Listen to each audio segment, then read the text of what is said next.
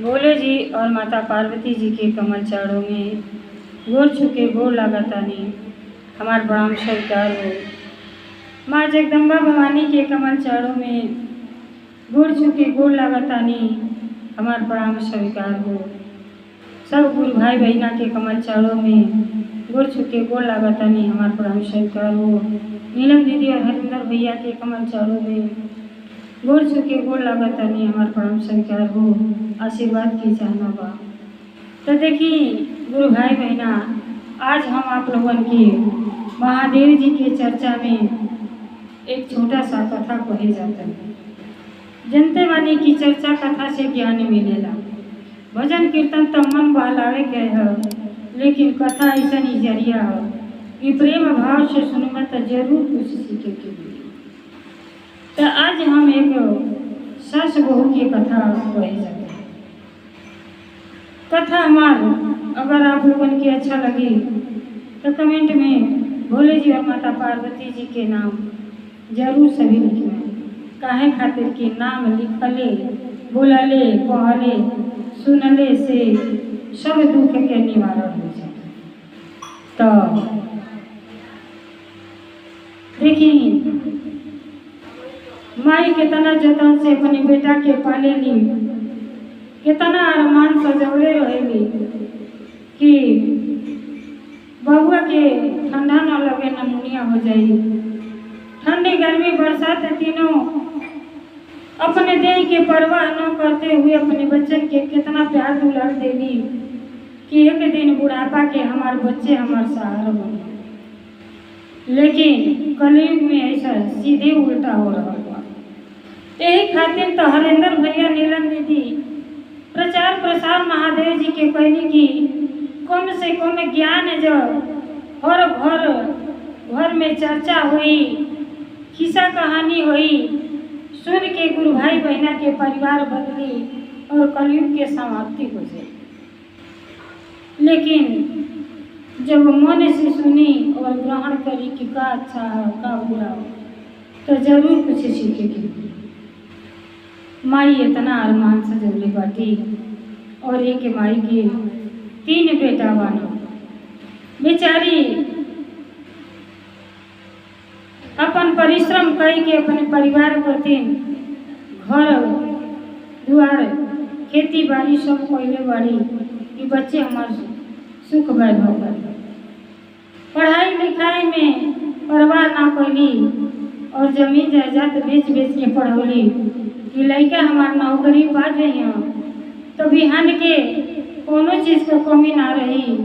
बुढ़ापा में जामर धैले थोड़ी ना रही कि जन्म भर कमा के बच्चन के खियाई। जैसा लड़कन के छोटे पर सब प्यार दुलार कोई के पाला पोसला, वैसे ही बुढ़ापा हो। बुढ़ापा में भी बच्चन के बिना सहारा के धन दौलत कहू कामे ना आई साथे ना जाए। अगर बच्चे सही बनो तो जीवन आनंद से कट जाए। माई बाप के उम्र बढ़ जाए, लेकिन लड़के अगर सही ना बना तो माई बाप के जीवन नरक हो जाए। अब बेचारी रोज महादेव जी की पूजा करे जाली और उनका घर में एक गो लोटा रहेगा।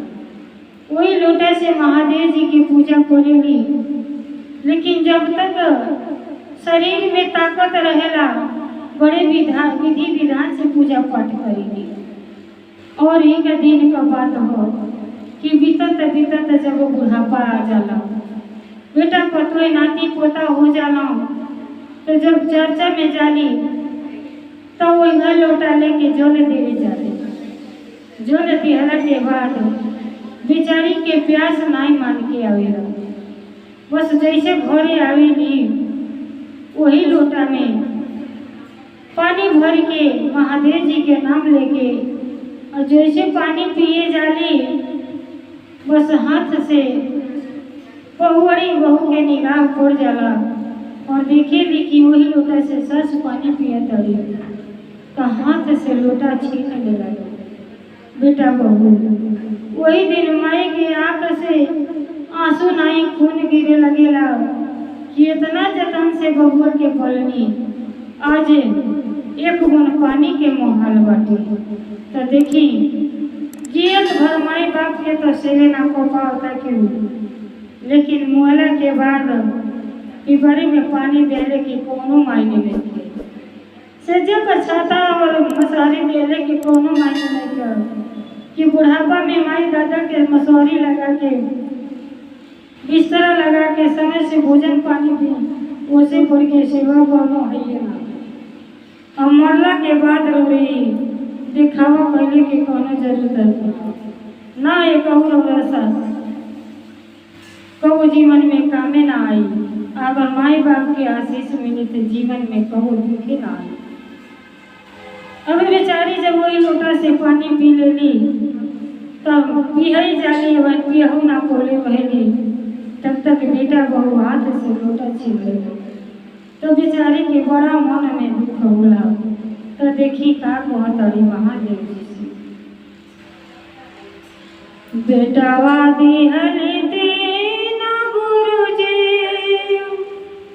बेटावा दिहली दीन गुरुजी, लोटवा दिहली के पानिया पियत बहुआ, लोटवा लियली छी पानिया पियत बेटवा, लोटवा लियल छी कटी कैसे दिन गुरुजी, कटी कैसे दिन आखिया नींद गुरुजी, आखिया नींद, आखिया नींद गुरुजी, आखिया नींद। तोहरा के पढ़ावे खातिर के बिजली घर जमीन, तोहरा के पढ़ावे के खातिर बिजली घर जमीन। अरे माई खातिर सूखी रोटी मेहरी के जमीन, अरे माई खातिर सूखी रोटी धनिया के जमीन। तो देखिए बेचारी के बुढ़ापा में समय से ना पानी मिलता ना खाना मिलता, और वही घर में केहू खोआ मलाई खाता, और वही घर में वो बुढ़िया के बासी रोटी दिहल जाता। बेचारी घुट घुट के मरतरी के उसे कहू लायक नहीं बा। घर के बुराई दूसरा से कहले में अपने बुराई हो। अभी बेचारी महादेव जी से मने मने भजन के माध्यम से कहतड़ी कि देखी ऐसा दशा हो गई कि पूरा जवानी बिता देनी बाल बच्चन में, और कितना जतन कैली 9 महीना पेट में ढोली, और इतना प्यारे दुलार देनी भिजले में सुतली सुखले में सुतौली कि बबुआ के निमोनिया ना होके। आज उहे बबुआ के माई के कोनो खुशी के ख्याल नहीं के, जानतो बने कि माई चंद दिन के मेहमान बाटी, और मरला के बाद देखावे करती कहियो सो मनोई खियले के कोनो लाभ नहीं के। तो माई के सूखी रोटी देता लोग, और मेहरारू तो जा जा के घूम घूम के चाट चौमिन खाताड़ी। तो का कहतड़ी, अरे माई खातिर सूखी रोटी धनिया के चौमिन, कटी कैसे दिन गुरुजी, कटी कैसे दिन आखिया नींद गुरुजी, आखिया नींद, आखिया नींद गुरुजी, आखिया नींद। बड़की पतोहिया मुँह से न बोल, दूसरी मारती रे गुरुजी, दूसरी मारती काटी कैसे दिन गुरुजी, कटी कैसे दी तीसरी पतोहिया लोढ़ा नीम लावे तीसरी पतोहिया लोढ़ा नीम लावे जल्दी मरती बुढ़िया बनती मालकी जलती भरती बुढ़िया बनती मालकी तीसरी पतोहिया लोढ़ा नीम लावे जल्दी मरती सासू हम बनती मालकीन कटी कैसे दीन गुरुजी कटी कैसे दीन बेटवा दिहली तीन गुरुजी लोटवा दिहलिए पानिया पियात गुरुजी लोटवा लिहल छीन कटी कैसे दीन गुरुजी कटी कैसे दीन इतना यार मान सजा के बहुआ वाले आईली घर बहुरिया खुशियाँ मनावली बदल गईल बहू के मिजाज कैसे कटी दीन गुरुजी कैसे कटी दीन मांगली चादरी घर में करली बवाल कटी कैसे दीन गुरुजी कटी कैसे दीन माई के निचुटही चटही मलकिन के कालीन माई करतिन फटही चटही मलकिन के कालीन कटी कैसे दीन गुरुजी कटी कैसे दीन। तो देखी वो जमाना बा कि केतनाहू जतन कह के घर परिवार के सवार दी लेकिन जब बुढ़ापा आवता तो घर में माइए दादा टाइल्स लगा के घर दुआर तैयार करता ना लेकिन अगर 2 दिन खांसी आ गई आ गटाई में बलगम जम गई तो माई करते दुआरे पर मरई टंगा जाता कि माई घर में रही है तब कजरा करी तो ऐसा समाज गंदा हो गई बा। कथा कहानी तो एक समझने के जरिए बा कि कथा जी भर सुनता ऐसा अपने माई बाप के साथ व्यवहार न कर जा एक दिन आपो लोग माई बाप बनब तो जैसन कहली आ वैसने कहल और वहीं तक कलयुग शुरू भइल बा। आगे आगे देखी होत बा का कि यही से कहल जाला कि बड़ा हुआ तो क्या हुआ कितना हो बड़ा बाल बच्चे गुजरे लेकिन बड़हन महान तो वह लड़का का आई अगर पागल बा अगर माई के बात की सेवा करता तो उसे बढ़ के तीनों धाम कौन ना बा। बड़ा हुआ तो क्या हुआ जैसे पेड़ खजूर पंछी को छाया न मिले फल लागे अति दूर। तो कहले के मतलब ये बा कि आप लोग जैसन करब जैसन आप लोग नहीं हम भी केहू के बहू रहनी और जैसन हमारे विचार बनी उतना ही सेवा घर में हमारो हुई आप के नाई भाई दुनिया संसार कबा।